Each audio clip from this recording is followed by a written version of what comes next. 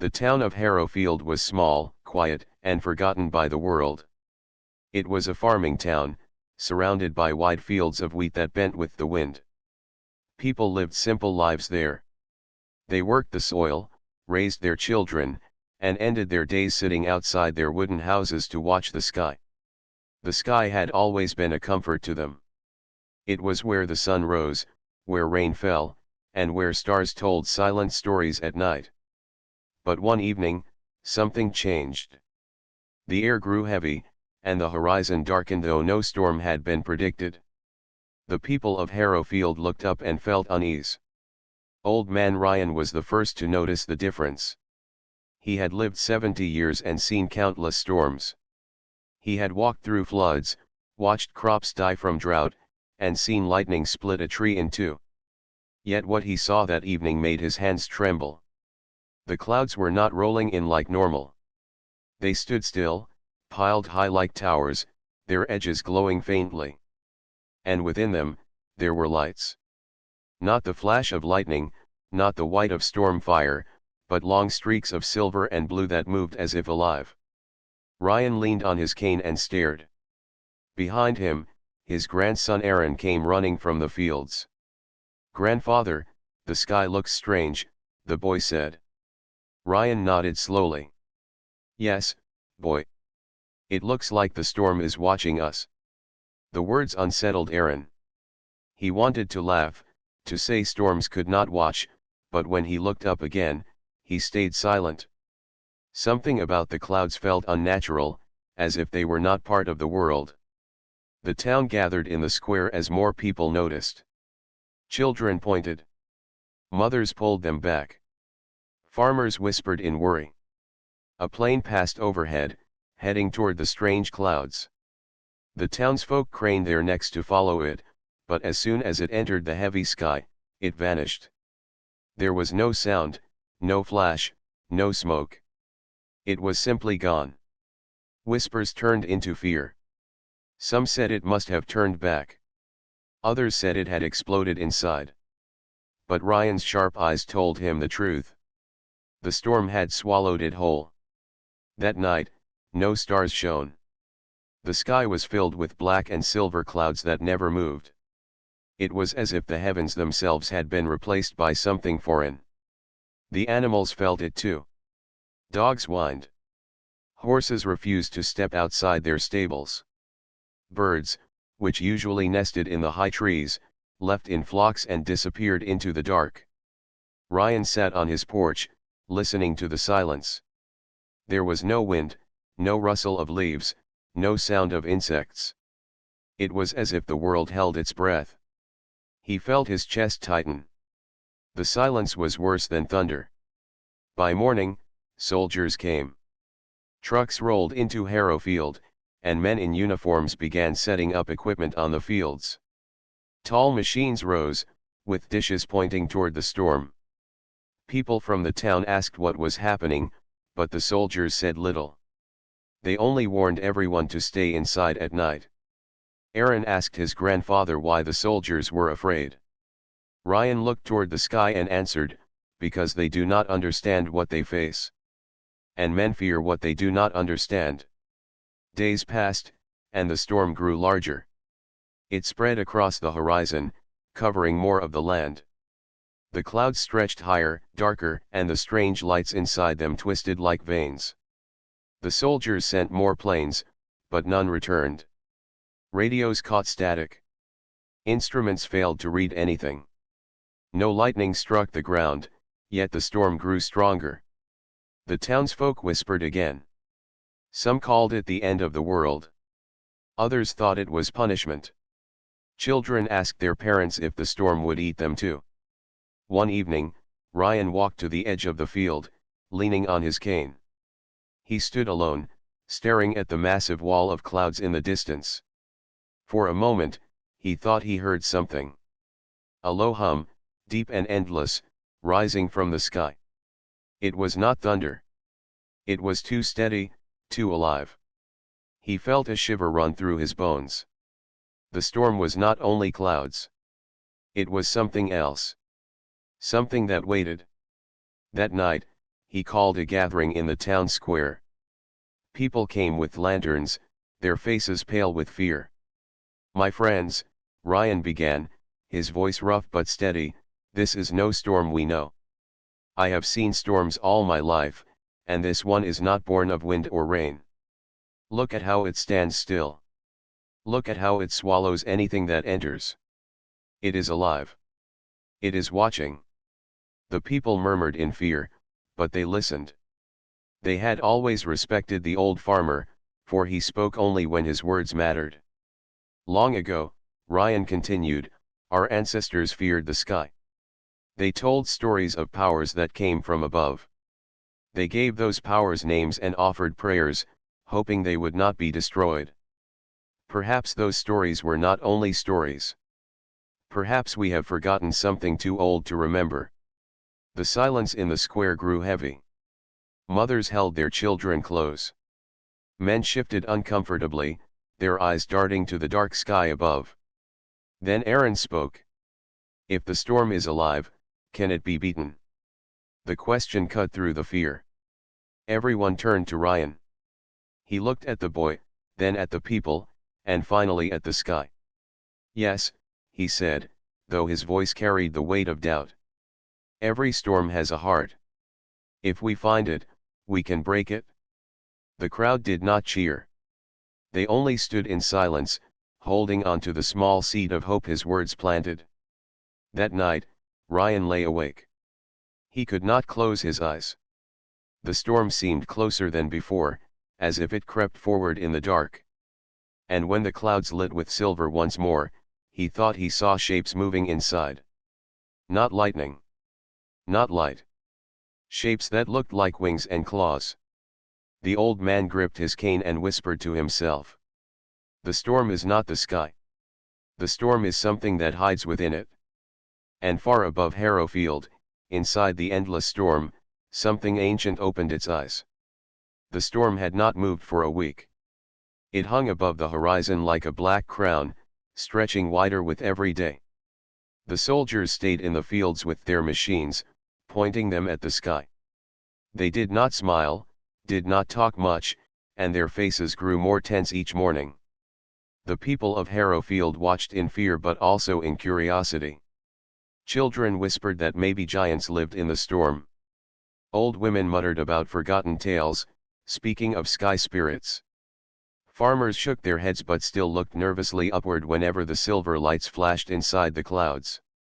On the 8th day, the first true sign came. It happened in the afternoon when the air was heavy and warm. The ground shook, not like an earthquake but like a drum beat from far above. Everyone in town froze. Then the sound came again, low, deep, and steady, as if the storm itself had a heartbeat. Soldiers rushed to their machines. Radios crackled. The townsfolk ran into the square, eyes fixed on the clouds. Then, without warning, the storm opened. The clouds split apart, not with lightning but with movement. Something massive pushed through, its shape hidden by mist. At first, it looked like a mountain rising from the sky. Then the mist thinned, and the people saw what it truly was. A ship. It was larger than any human craft. Its surface was dark and jagged, like stone shaped by fire. Lightning flickered across its hull, but the lightning seemed to obey it rather than strike it. The ship moved slowly, with power, like a predator stepping into the light. Gasps filled the square. Some people fell to their knees. Others clutched their children. Ryan, standing with his cane, only narrowed his eyes. "It is as I feared," he said softly. "Something lives within the storm." More ships followed. They poured from the clouds like hawks leaving a nest. Some were small and sharp, shaped like blades. Others were wide and heavy, like floating fortresses. Together, they spread across the sky, forming patterns as if the storm itself were their home. The soldiers opened fire. Missiles flew upward, leaving trails of smoke. The townsfolk watched with hope, but when the weapons reached the ships, they vanished into thin air. No explosion, no fire. Just nothing. The alien ships glowed faintly, unharmed. The soldiers tried again, firing with everything they had. The same thing happened. Their weapons became useless, swallowed before touching the enemy. Then came the voice. It did not come from radios or speakers. It came from the sky itself, rolling across the land like thunder. The language was strange, harsh, and echoing, but somehow every human understood it. We are the ancients, the voice declared. This storm is ours. This world is ours. Do not resist. Submit, and you may be spared. Fear spread like fire through the crowd. Mothers cried out. Men shouted in anger. The soldiers stood frozen, unsure of what to do. Ryan felt Aaron clutch his arm. Grandfather, what do they want? Ryan kept his eyes on the sky. They want everything, boy. They come to take the world. The voice continued. Long have we waited. Long have we slept. The storm is our return, and no weapon of yours can touch us. Kneel, and know your place. The ships began to move, gliding toward nearby cities. In the distance, towers of light shot upward as entire towns vanished. No explosion, no fire. Just gone, as if the storm had erased them. Panic filled Harrowfield. Some people screamed and ran. Others begged the soldiers for protection. The soldiers, however, had no answer. Their weapons were useless, their machines failing. For the first time in his long life, Ryan felt the weight of despair. He had seen hard winters, cruel storms, and famine, but this was different. This was not nature. This was something older and stronger, something that wanted to rule. But even in his fear, he saw something the others did not. When the voice spoke, the sky seemed to tremble. The storm grew brighter, as if feeding on the fear of those below. The more people cried, the more the silver lights inside the clouds pulsed. Ryan gripped his cane. A thought formed in his mind. The storm was not only a weapon, it was alive, and it was hungry. Hungry for fear. That night, the town was restless. No one slept. Soldiers stayed by their machines though they knew they could not win. The townsfolk huddled in their homes, whispering prayers. Ryan sat on his porch with Aaron beside him. The boy could not stop shaking. We cannot fight them, Aaron whispered. They are too strong. Ryan placed a hand on the boy's shoulder. Strength is not only in weapons. Sometimes, strength is in spirit. Do you see how the storm feeds on our fear? That is their mistake. They think fear rules us, but it does not. Not forever. Aaron looked up at his grandfather. Then how do we fight? Ryan's eyes stayed on the storm. We must find their heart. Every storm has one. And when we do, we strike it, no matter how hopeless it seems. The next morning, new arrivals came to Harrowfield. Trucks and helicopters brought scientists and officers. Among them was a young woman in a pilot's uniform. Her name was Myra. She was tall, steady, and her eyes burned with determination. The soldiers treated her with respect. She had already fought in battles elsewhere and survived when others had not. She walked through the town, speaking with the people, asking what they had seen. When she reached Ryan, she bowed her head slightly. You are the man who spoke to the people about the storm's heart. Ryan nodded. I have lived long, child. Storms always have a center. This one will too. But you must be ready to lose much before finding it. Myra looked up at the sky, where the ships still floated like dark birds. If there is a way to hurt them, I will find it. I will not let Earth kneel. Ryan studied her and felt a small spark of hope. Then perhaps the storm has met its match. As night fell again, the hum of the storm deepened. The silver lights moved faster inside the clouds, twisting like veins of fire. The ancients were preparing for something larger, something worse.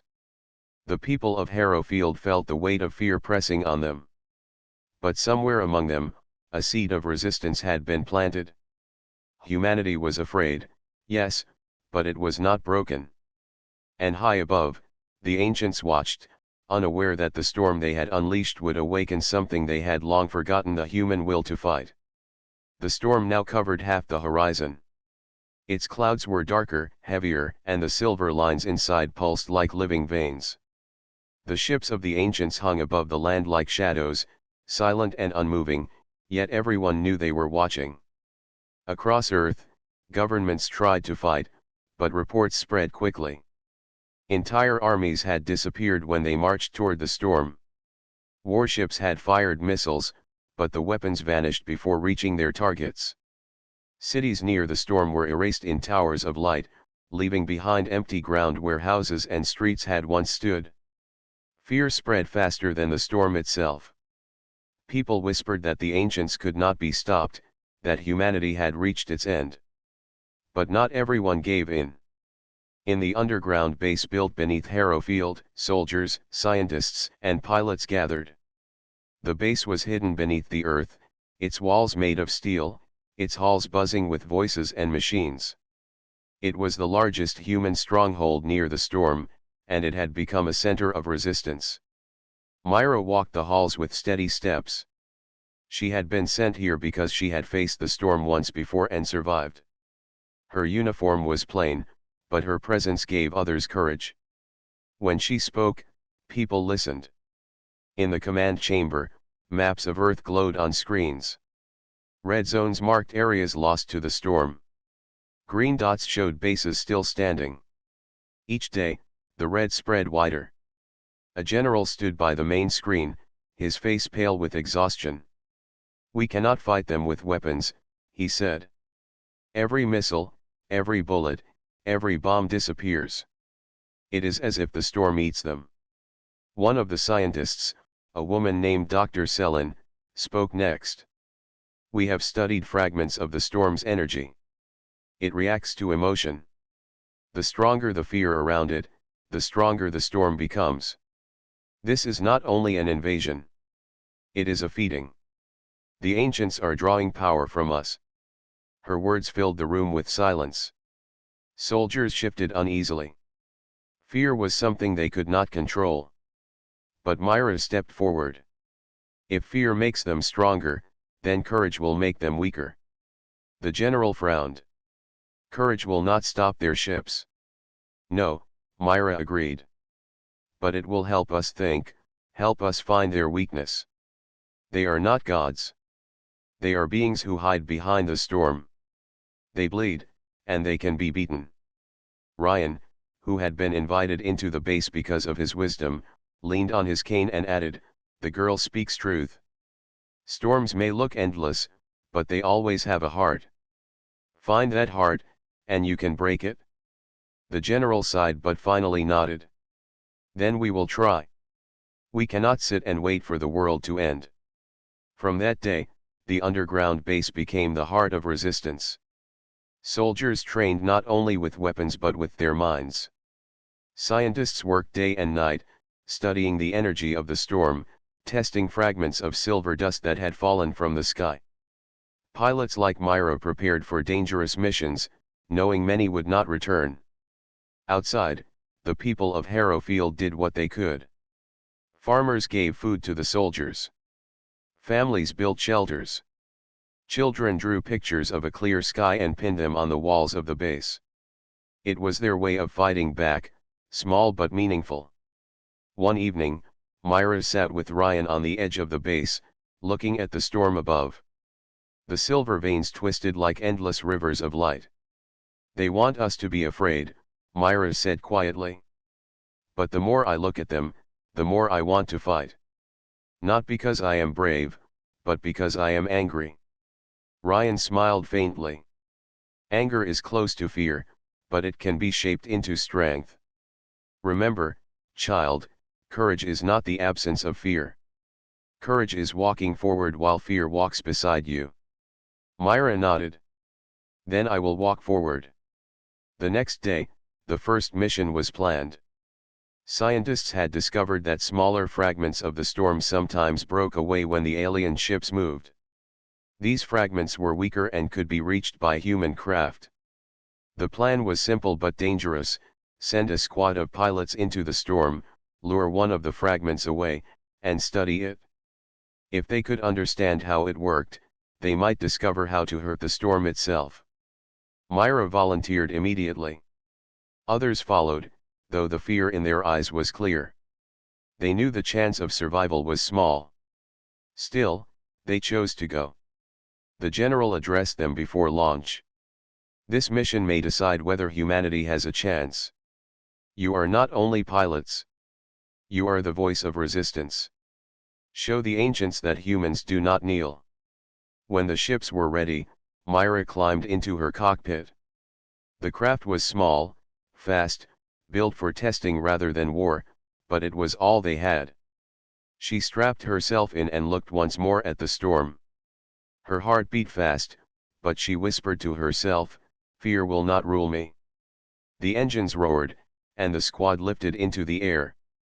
The townsfolk below watched in silence, their eyes following the ships as they rose higher and higher toward the black and silver clouds. Inside the storm, the world changed. The air grew heavy, the sky twisted, and the silver lights moved like rivers around them. The storm seemed alive, shifting as if it noticed the intruders. Myra felt the pressure against her chest, as though the storm wanted to crush her. Voices whispered faintly in her ears, strange and cold, telling her to give up. She shook her head and pressed forward. The squad reached the first fragment. It looked like a shard of crystal, glowing faintly with light, floating among the clouds. Myra signaled to her team. "Stay steady.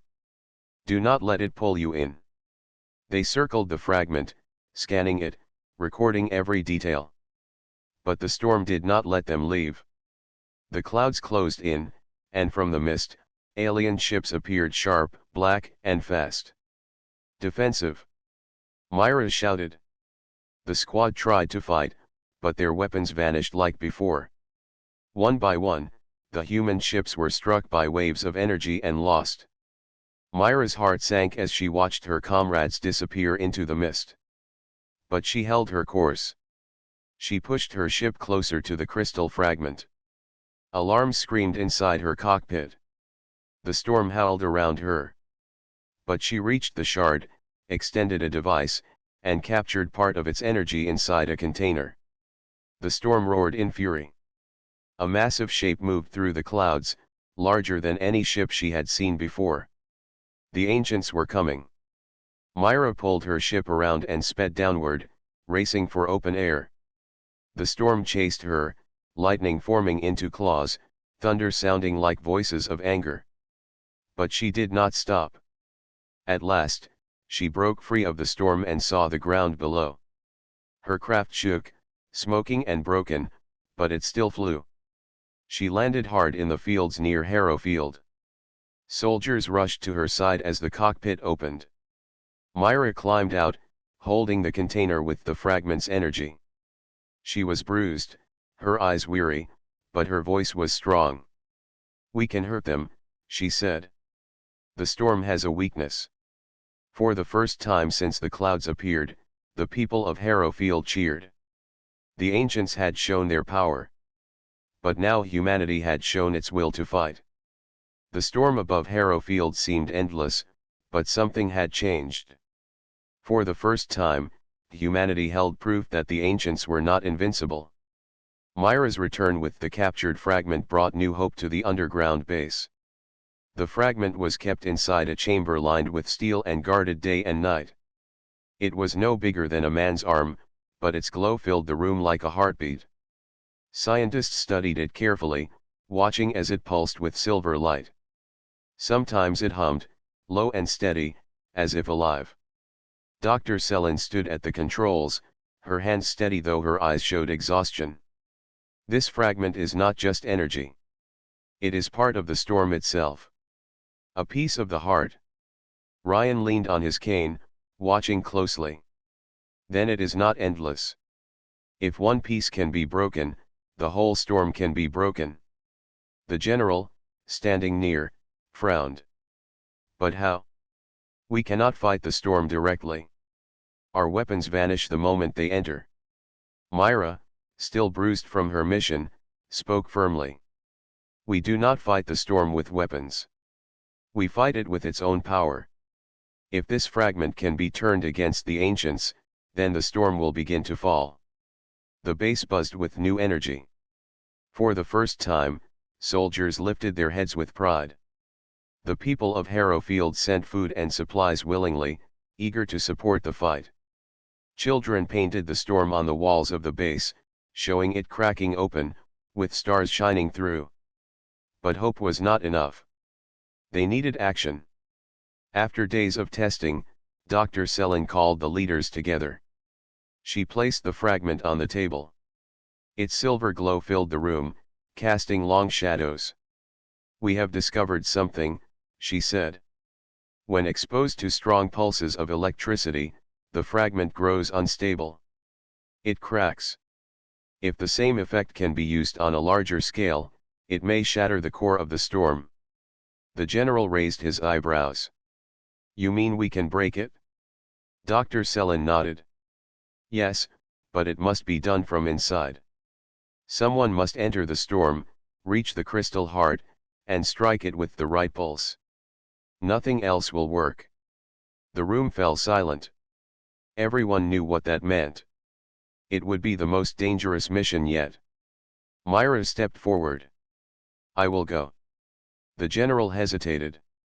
You have already risked your life once. Many others could know, Myra interrupted. I have seen the storm's heart. I have felt its pressure. If anyone can fly through it, I can. I will not ask others to walk where I will not. Ryan tapped his cane on the floor. She is right. The storm tests those who enter. It whispers, it tempts, it crushes. If she has endured once, she may endure again. And so the plan was made. The engineers built a new device, larger and stronger, designed from the fragment's weakness. They called it the pulse core. If attached to Myra's craft and activated inside the storm's crystal, it would shatter the heart. But the risk was great. The device could overload. The craft might not return. When the day came, the base stood still. Soldiers lined the halls. Farmers and families from Harrowfield gathered outside the gates, their eyes lifted to the storm. The sky looked angrier than ever, silver veins flashing like claws across the dark clouds. Myra walked to her craft. Her uniform was plain, her hair tied back, her face calm. She carried no weapon, only the pulse core fixed beneath her ship. Ryan stood waiting near the launch. You walk into the jaws of the storm, he said softly. Myra smiled faintly. Then I will make sure it chokes on me. Ryan gripped her hand. Remember, child. Do not let fear rule you. The storm drinks from fear. Starve it, and you will see clearer than any of us. She nodded and climbed into her craft. The engines roared to life, shaking the ground. The townsfolk raised their eyes as the ship lifted, glowing against the black sky. The general's voice rang through the base. May her courage guide us all. Myra rose higher and entered the storm. At once, the world changed. The clouds swallowed her, thick and endless. Silver rivers of light twisted around her, pulsing like veins in a body. The pressure returned, heavy against her chest, trying to crush her spirit. Whispers filled the cockpit. Voices, cold and ancient, spoke in her mind. You cannot win, they hissed. You are dust. You are nothing before us. Myra gritted her teeth. I am human. That is enough. Her ship shook as the storm struck. Lightning formed claws that scraped against her hull. Thunder boomed like laughter. She pushed forward, refusing to turn back. Finally, she saw it. At the center of the storm floated a crystal larger than a mountain. It pulsed with light, glowing silver and blue, casting waves of energy through the clouds. Around it circled alien ships, guardians of the heart. Myra's breath caught. For a moment, fear crept into her chest. The voices grew louder, mocking her, telling her to surrender. The storm thickened, trying to drown her in despair. But she remembered Ryan's words. Courage is walking forward while fear walks beside you. She tightened her grip on the controls. I will not break. The alien ships closed in. She weaved through them, her craft shaking, alarms screaming. She had no weapons, only speed and will. Lightning struck near her wings, burning metal, but she pressed forward. At last, she reached the crystal. The heart of the storm loomed before her, glowing like a living sun. She armed the pulse core. Now, she whispered, and pressed the trigger. The device fired. A surge of energy shot into the crystal. For a moment, nothing happened. Then a crack appeared. The storm screamed. The clouds twisted violently. The alien ships scattered, their formations broken. Silver veins shattered into sparks. The crystal pulsed wildly, cracks spreading across its surface. Myra pushed her craft away as the pulse core overloaded. The explosion tore through the heart, and the storm began to collapse. From the ground, the people of Harrowfield saw it. The black sky split apart, silver light flashing as if the heavens were breaking. Thunder boomed, not as laughter but as a final cry. Then, slowly, the storm faded. For the first time in months, the sun broke through the clouds. Its light touched the fields, warm and golden. Children pointed and cheered. Soldiers wept openly. Farmers fell to their knees, thanking the sky for returning. Myra's ship stumbled out of the storm, damaged and smoking, but still flying. She landed hard in the fields, crawling from the cockpit with bruises and burns. But in her hands, she held the remains of the crystal, a shard, cracked and powerless. She raised it high. The storm can be broken. The crowd roared. The ancients had lost their shield. But far above, in the remains of the clouds, dark shapes moved still. The ancients had not been destroyed. They had only been wounded. And their anger was only beginning. The day the storm cracked open was remembered in Harrowfield as the day the sky breathed again. The sun returned, warm and golden, and for a short while, people dared to believe the danger was ending. Farmers worked in the fields with new energy. Children played outside without fear. Families lifted their faces toward the clear heavens as if tasting hope for the first time in months. But hope was fragile. The ancients were not gone. Their ships still floated high above, dark and silent, like predators watching from the edge of the forest. The storm was weaker now, its power broken, but the enemy was not finished. Inside the underground base, the atmosphere was different.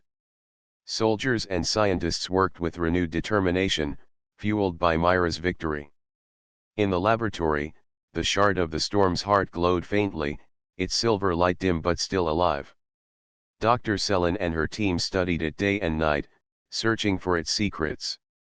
Myra visited the lab often, standing quietly as the scientists worked. She carried new scars from her mission, but her eyes were steady. Each time she looked at the crystal shard, she remembered the voices in the storm, the whispers that had tried to crush her. They wanted me to give up, she said once to Dr. Selin. They wanted me to believe I was nothing. Dr. Selin glanced at her. And you did not. Myra shook her head. Because humans are not nothing. That is what they fear most. Ryan, who often sat in the lab to watch, tapped his cane on the floor. A storm can roar and rage, but it always ends. What lasts is the ground beneath, and we are that ground. Weeks passed, and slowly the scientists unlocked the shard's secrets. They discovered patterns inside its glow, movements that looked like memory. They built machines to read them, and at last, they began to understand the truth. The shard was not only power. It was history. Through their machines, images appeared, flashes of worlds long past, voices of beings long dead. They saw galaxies burning, empires falling, and storms sweeping across the skies of distant planets. The ancients had used their storms for ages, crushing civilizations one after another. Dr. Selin spoke with quiet horror as the images played. They were not always like this. Long ago, they were rulers of many worlds. But their power was built on fear. They controlled others by feeding on it, bending them to their will. When those worlds rose in rebellion, the ancients fell. They vanished into hiding, into their storms, waiting for the time to return. The general folded his arms. And now they have chosen Earth. Ryan's eyes were sharp. Not chosen. Feared. They see something in us that threatens them. That is why they came. Myra stepped closer to the shard, watching its dim light. They fear us because we resist. Other worlds may have fallen to fear, but we fight it. That is why they attack us with storms. They cannot defeat our strength without first drowning us in despair. The room grew silent. Everyone understood now. The ancients were not gods. They were not unending storms. They were old rulers who had lost their throne, hiding behind power that was no longer infinite. This knowledge spread quickly through the base and then through Harrowfield. People whispered to one another, not in fear but in quiet pride. The enemy was ancient, yes, but also desperate. If humans stood firm, they could win. Yet the ancients did not remain idle. One night, the sky trembled again. From the broken remains of the storm, new shapes emerged, ships larger than before, blacker than night, carrying strange lights that twisted the air around them. The townsfolk gathered in the square, staring upward as the sky darkened once more. The voice returned, rolling across the land like thunder. You break one storm and think you are strong. You are not strong. You are insects who walk in the dust. We have ruled the stars before your kind crawled from the mud. You will kneel. Fear rippled through the crowd, but this time it was different. The people had seen the storm break. They had seen Myra return with the crystal shard. They were afraid, yes, but they did not collapse. Instead, Ryan raised his cane and shouted, his old voice carrying over the square. If we are insects, then we are insects that bite. We do not kneel to storms, and we do not kneel to you.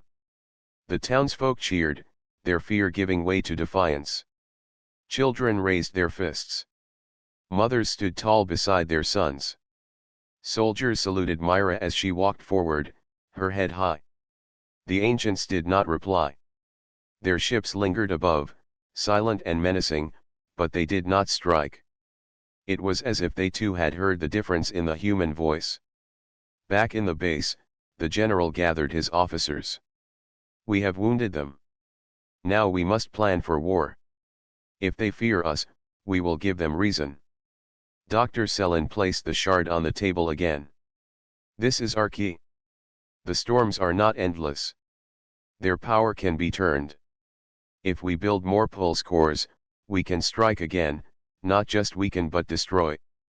Myra stood at the head of the room, her voice steady. Then we must be ready. They are angry now. Their next strike will be greater than any before. If we are not united, we will fall. Ryan nodded. And if we are united? Myra looked at him. Then we will show the ancients what it means to face humanity. That night, the base was filled with energy. Engineers built new devices. Soldiers trained harder. Families worked together, carrying supplies, building shelters, and preparing food. Even the children helped, carrying water, drawing maps, and singing songs that lifted the spirits of the weary. For the first time, humanity was not just surviving. They were preparing to strike back.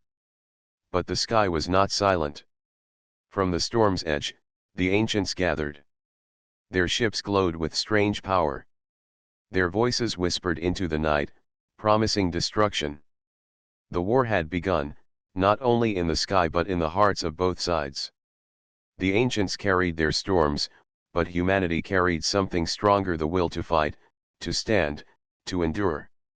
And as Myra stood on the hill outside Harrowfield, watching the storm glow with silver veins once more, she whispered to herself, "They fear us. And soon they will learn why." The night was heavy with silence before the storm returned. Above Harrowfield, the dark clouds began to swirl again, but this time they did not come alone. From the sky, massive ships descended, larger than anything the people of Earth had ever seen. They moved like floating mountains, their black shapes covering the stars. The ancients had arrived in full strength. Myra stood on the ridge with her team, her eyes fixed on the sky. She felt the old weight of fear pressing against her chest, but she did not let it rule her. The shard of the storm's heart still hung at her side, glowing faintly, and it reminded her of the truth they had learned. The ancients were not endless gods. They could be fought. Down in the valley, soldiers rushed to their stations. Pulse corps, rebuilt and strengthened, were mounted on the ground. Civilians took shelter underground while volunteers carried supplies to the front lines. The whole town moved as one. General Kale gave his orders calmly but firmly. "We stand together. We strike with the corps when their ships come close. Do not give them fear. Give them fire." As the first ancient ship lowered, a voice rolled out from its dark hull. It echoed across the valley like thunder. "You dare resist again? You dare to fight the storm? We will erase you." The words fell heavy, but the people answered not with silence, but with defiance. From the walls of Harrowfield, soldiers shouted, "We will never kneel." The cry carried through the valley, rising into the night air. Myra raised her hand, signaling the first pulse corps. Energy hummed through the device, and with a sudden flash, a beam of silver light shot upward, striking the nearest ship. The ship trembled, its dark shield rippling. For the first time, the people saw an ancient vessel stagger. Cheers erupted, but the battle was only beginning.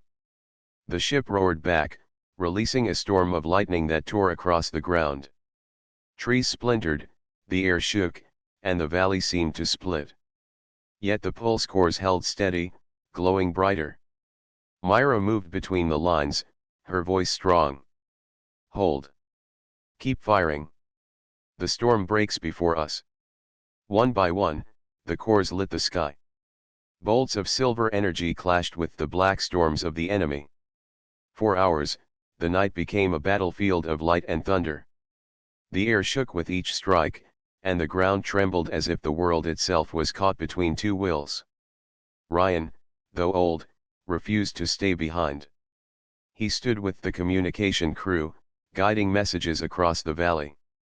His voice carried hope into every line. "Stand strong. They bleed like any other foe. Do not give in." Dr. Selin remained in the command center, her eyes fixed on the readings from the shard.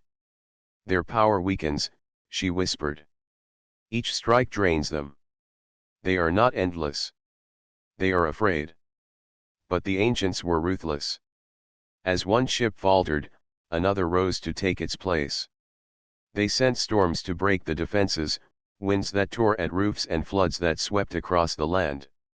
Yet the people of Harrowfield stood firm. They had learned from Myra. They had learned that storms could break. Myra herself fought at the front, guiding soldiers and keeping the lines strong.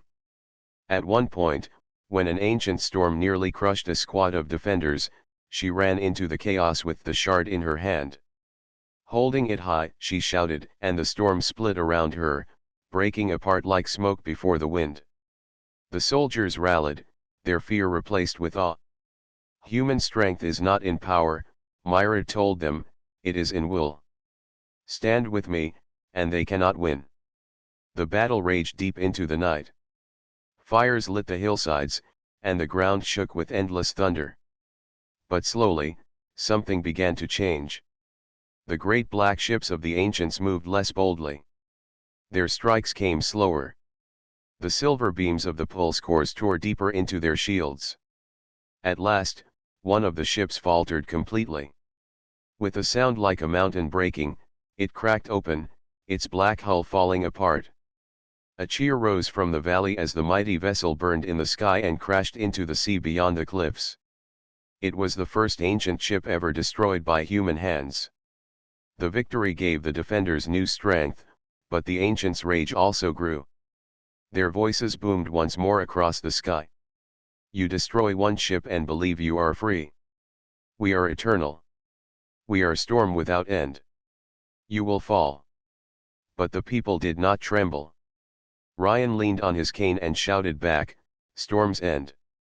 Humans endure. The crowd of soldiers and workers echoed his words. Humans endure. The chant grew louder until it drowned out the voice of the enemy. Myra stood on the ridge, her body bruised, her spirit unbroken. She looked to the glowing shard at her side. Its light pulsed faster, as if answering the voices of humanity. Dr. Selin's words came back to her, the shard was memory, history, and power. It carried the truth of the ancients' fall, and now it burned with human defiance. General Kale joined her, his armor scorched from battle. We have proved they can be broken. But this war is not finished. They will strike again, harder than before. Myra nodded. Then we will be ready.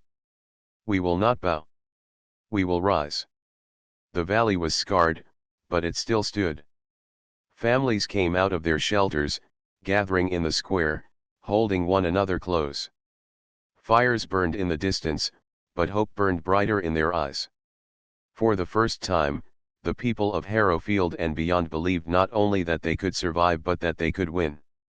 Above, the ancients' ships pulled back into the clouds. Their storm still lingered, but it was weaker, wounded. They had not expected resistance. They had not expected defeat. And somewhere within their storm, they whispered among themselves. Humans were dangerous. As dawn broke, the first rays of sunlight touched the valley. Myra watched the sky and whispered quietly to herself. The storm is not endless. We are the dawn. And with those words, the people of Earth prepared for what was to come. The war was far from over, but the balance had shifted. For the first time in their long history, the ancients knew fear. The sky did not rest after the battle. Though the first light of dawn touched the valley, dark clouds still swirled above like restless giants. The people of Harrowfield stood in silence, staring upward. They had destroyed one ship of the ancients, but the war was not over. Myra stood at the ridge with the shard glowing faintly at her side. Her clothes were torn, her arms bruised, but her spirit did not break. Around her, soldiers and civilians gathered, waiting for what came next. The storm was weaker now, yet still alive. It was the storm of an enemy that had ruled the skies for centuries. General Kale spoke with calm strength. We have struck them once. But the ancients will not leave. They will return with all their might. This is not the end. This is the beginning. The people nodded. They knew his words were true. But they also knew something else. For the first time, they had seen the enemy fall. They had seen the impossible happen. Dr. Selin stepped forward, her hands still holding the instruments she had used to study the shard. Her eyes were sharp with new understanding. The shard is more than power. It is memory. It shows what the ancients fear. They are bound to storms, but storms are not endless. If we bring them into clear sky, they lose their strength. Her words spread quickly among the defenders. A murmur rose in the crowd. Clear skies, that was what the ancients feared most. The endless storm had been their armor, their shield. Without it, they were not gods. Myra raised her head. Then we take away the storm. We do not just fight within it. We end it. The plan was daring, almost unthinkable, but no one laughed. The people of Harrowfield had already done the unthinkable. That night, while the sky still trembled, work began. Engineers, builders, and farmers came together. Pulse cores were repaired and loaded onto mobile carriers. Smaller shards taken from broken storm fragments were placed into amplifiers. Children carried water and food to the workers. Everyone had a role. The valley became a forge of hope. Myra moved through the people, helping where she could. She carried stones with the builders, lifted metal with the soldiers, and spoke softly to those who trembled. "We are the storm breakers now," she told them. "We will bring dawn." By the second night, the plan was ready. The pulse cores would be fired not at the ships but at the storm itself. Their beams of silver light would tear the clouds apart, ripping the shield of the ancients. Once the sky was clear, the ships would be open to direct attack. The risk was great. If the cores failed, the people would have nothing left to defend them. But no one turned away. They had chosen to stand. The ancients returned on the third night. Their ships moved like shadows, their voices thundering across the land. "You dare still resist? You will be erased." But the people of Harrowfield did not hide. They stood in the valley, their faces turned upward, waiting.